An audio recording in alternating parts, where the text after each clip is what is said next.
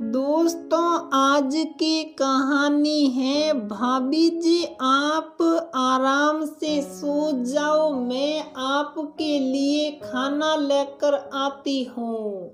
दोस्तों, कहानी शुरू करने से पहले अगर आपने हमारे चैनल को सब्सक्राइब नहीं किया है तो सब्सक्राइब कर लीजिए ताकि आपके पास पहुंचे हर नया वीडियो।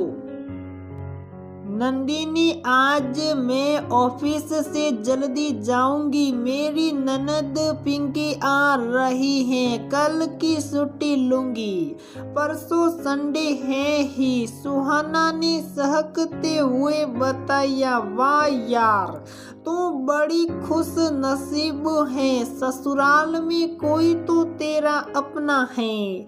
नंदिनी ने मुस्कुराते हुए कहा। सुहाना अक्सर लंच ब्रेक पर अपनी ननद पिंकी के बारे में बताती, हमेशा उसकी तारीफ करती। ऐसी क्या बात है जो तुम अपनी ननद की इतनी तारीफ करती हो? नंदिनी ने लंच ब्रेक में टिफिन खोलते हुए पूछा। सुहाना मुस्कुराई और बोली, पता है नंदिनी, जब मैं शादी होकर आई तो पूरे शादी वाले घर में सभी मुझसे बड़े बुजुर्ग थे। बुआ सास, सासी सास, ताई सास, मौसी, मामी सास, मेरे रिश्ते की जेठानी और बड़ी ननदे। लंबे से घूंघट में मेरी सासू जी मुझसे सबके पैर छुआ रही थी और मैं झुकी झुकी सबके पैर छू रही थी, आशीर्वाद ले रही थी। मेरी कमर दुखने लगी थी, थक गई थी। इतने भारी लहंगे और गहनों में मेरी हालत पस्त होने लगी थी, पर रिश्ते की सास और जेठानियां मुझे इतनी जल्दी छोड़ने के मूड में नहीं थी। तभी एक मीठी सी आवाज आई, मेरी भाभी को कोई परेशान नहीं करेगा, वह थक गई होगी। मैं लेकर जा रही हूँ इन्हें अपने कमरे में। कहते हुए 16-17 साल की मेरी ननद पिंकी मुझे अपने कमरे में ले आई। भाभी, आप कपड़े बदल लो, दरवाजा लगा लेना, मैं हूँ बाहर। बगल वाला कमरा ही है मेरा, किसी को नहीं घुसने दूंगी इसमें। आप आराम से सो जाओ, रोना नहीं, मैं आपके लिए खाने को कुछ लेकर आती हूँ। थोड़ी देर बाद पिंकी एक प्लेट में ढेर सारा खाना पीने का सामान लेकर आई।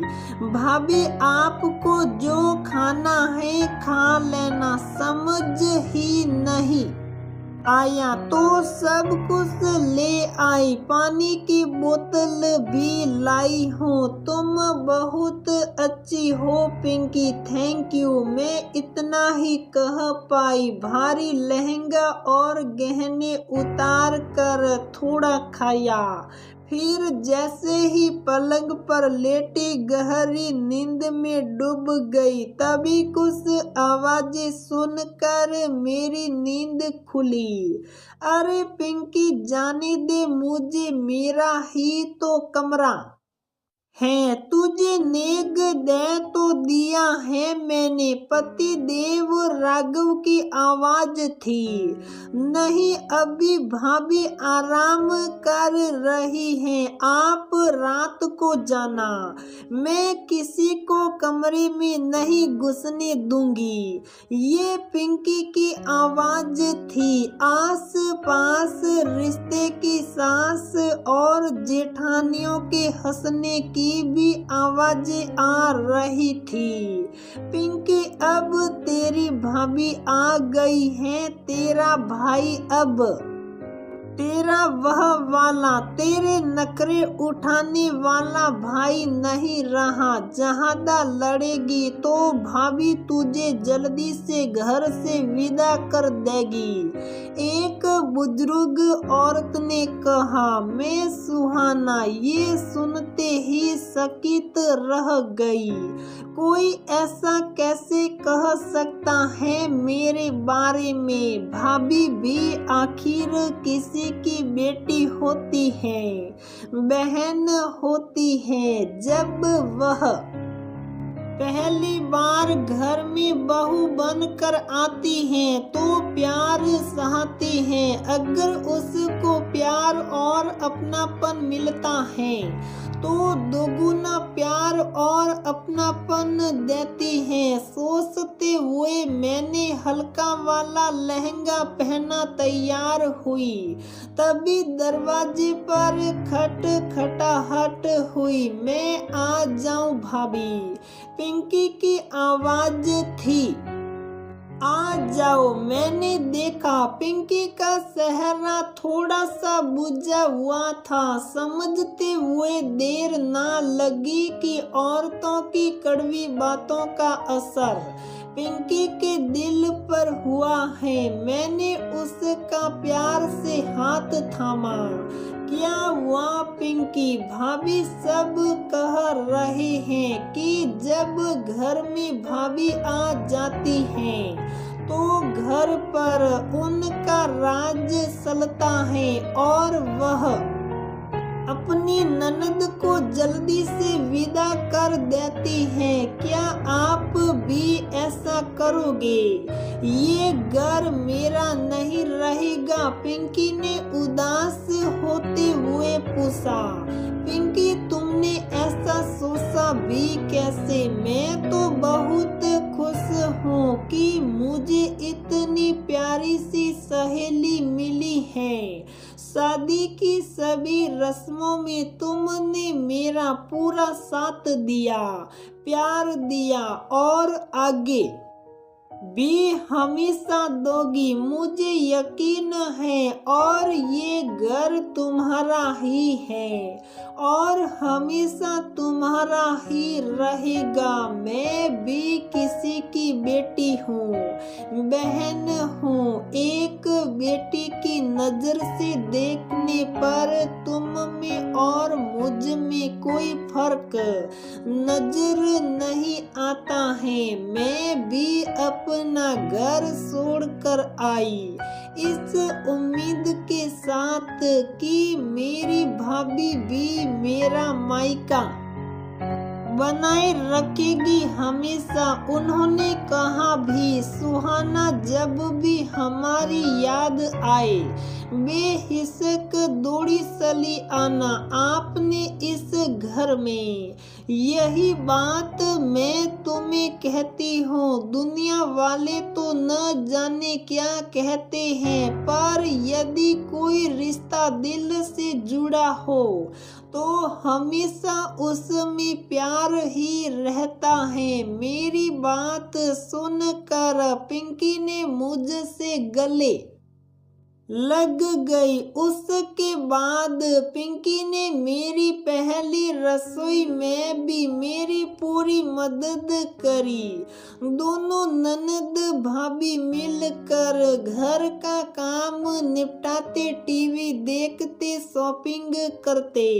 हमारा रिश्ता बिल्कुल सहेलियों का सा है, सुहाना ने बताया। सुहाना की ये सारी बातें सुनकर नंदनी की आंखें भर आई। तुम कितनी खुश नसीब हो सुहाना, पता है नंदिनी, घर में कई बार मेरे पति और सासू जी मुझे कुछ ऐसा कह देती हैं या उनका व्यवहार कुछ ऐसा हो जाता है जो मुझे बुरा लगता है। मतलब कई बार एक बहू को जाने अनजाने ससुराल वाले ये एहसास दिला देते हैं कि वह पराए घर से आई है। तब ननद ही होती है जो अपनी माँ और भाई को समझाती हैं, और जब सासू जी भी एक माँ के नजरिए से और पति एक भाई के नजरिए से अपनी बातों और परिस्थितियों को देखते हैं तो उन्हें अपनी गलती का एहसास होता है। मेरी ननद पिंकी ने मुझे हमेशा इन उलझनों से निकाला है। ससुराल के शुरुआती समय मैं मेरे सफर को बहुत ही आसान बनाया है। कुछ महीनों पहले मेरी मौसी की बेटी की शादी थी। मैं उसको अच्छा गिफ्ट देना चाहती थी, पर सासू जी ने कहा इतना महंगा देने की क्या जरूरत है। उस समय मेरी ननद पिंकी आई हुई थी।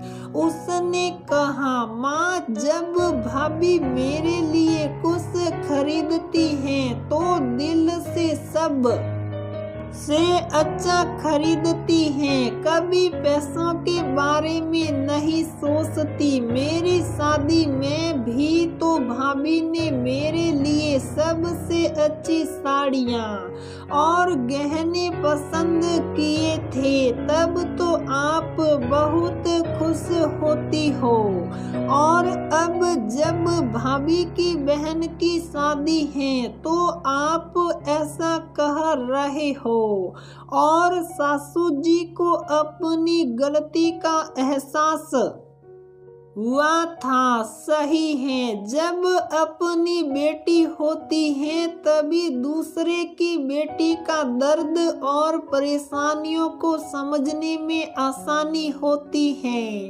मेरी ननद अपनी माँ को हमेशा सास वाले मोड से हटाकर मेरे लिए एक प्यार भरी माँ वाले मोड में लाने का काम करती है। सुहाना ने हंसते हुए कहा, जब पिंकी की शादी के बाद उसका पहला रक्षाबंधन था, तब पिंकी राखी बांधने आने वाली थी, पर कुछ वजह से वह सुबह नहीं आ पा रही थी। तो उसने एक दिन पहले ही रात को मुझे कहा, भाभी आप पहले चले जाओ और जब आप आ जाओ तो शाम को मुझे बता देना। पर पति देव और सासू जी ने मना कर दिया। अरे ऐसे कैसे तुम जाओगी? हर बार तो जाती हो, इस बार मत जाओ। पहली रक्षाबंधन है पिंकी की, जब भी वह आए घर की बहू को तो मिलना चाहिए घर पर। इस बात पर पति देव ने भी सहमति जताई। मैंने भी सोचा ठीक है, इस बार नहीं जाती। पर अगली सुबह पिंकी ने मेरी सासू माँ को फोन करके अपने भाई और मम्मी पापा से कहा, भैया माँ भाभी भी किसी की बेटी हैं, बहन है, उनका भी मन करता है राखी पर अपनी मायके जाने का। अगर मैं अभी आ पाती तो कोई परेशानी नहीं थी, पर मेरे यहाँ भी मेरी ननद आएगी तो मेरा रुकना भी जरूरी है। अब आपकी बेटी भी किसी की भाभी है, अब तो जिंदगी भर ऐसी परिस्थितियां आती रहेगी, हमें समझदारी से इन परिस्थितियों के अनुसार चलना पड़ेगा। आप भाभी को पहले भेज दो, हम शाम को मिलेंगे। सासू जी और पति देव को भी ये बात समझ में आई और मैं अपने मायके जा पाई थी। सुहाना ने मुस्कुराते हुए कहा, देखो बातें करते करते पूरा लंच ब्रेक खत्म हो गया। तुझे क्या हुआ नंदिनी, रो क्यों रही है? सुहाना ने घबराते हुए पूछा। सुहाना, काश मेरी भी ननद होती तो मेरे के सास ससुर और पति भी मुझे समझ पाते, कहते हुए नंदिनी सुबकने लगी। नंदिनी ने ये बात शायद थोड़ी जोर से बोली थी। आस पास की महिला सहकर्मी नंदिनी को बड़े आश्चर्य से देख रही थी, मानो नंदिनी ने न जाने क्या बोल दिया। अरे तुम तो खुश नसीब हो कि तुम्हारी ननद नहीं है, नहीं तो आग लगा देती तुम्हारी जिंदगी में। मिसेज शर्मा ने मुंह बनाते हुए कहा, मुझे नहीं पता, पर ननद होना बहुत जरूरी है। तभी सास ससुर और पति को एहसास होता है एक बहू और पत्नी के दर्द का। जब खुद की बेटी या बहन परेशानी या दर्द में होती है, तभी वह दर्द महसूस होता है। अगर मेरी भी ननद होती तो मैं भी उसको बहुत प्यार और अपनापन देती, और मुझे पता है फिर वह भी मुझे दिल से अपना मानती। सास ससुर पति भी तब मेरा दर्द समझते। मैं भी ससुराल के इन रिश्तों के उलझनों को अपनी ननद के साथ प्यार से सुलझा पाती। ऑफिस की अन्य औरतों का तो पता नहीं, पर सुहाना और नंदिनी इस बात में सहमत थी कि एक ननद तो होनी ही चाहिए। जिस घर में बेटियां नहीं होती, उस घर के लोगों को दूसरों की बेटी के दर्द और परेशानियों का अंदाजा भी आसानी से नहीं होता है। तब वह अपनी बहू को भी वह प्यार और अपनापन नहीं दे पाते, क्योंकि शायद वे एक बेटी और बहन के दर्द को नहीं समझ पाते। नंदिनी ने सही कहा, काश मेरी भी ननद होती। दोस्तों, रिश्ता चाहे कोई भी हो, चाहे सास बहू का या ननद भाभी का, रिश्तों में प्यार और अपनापन तभी होता है जब वह दोनों तरफ से हो। हर रिश्ते में प्यार देने से ही प्यार मिलता है।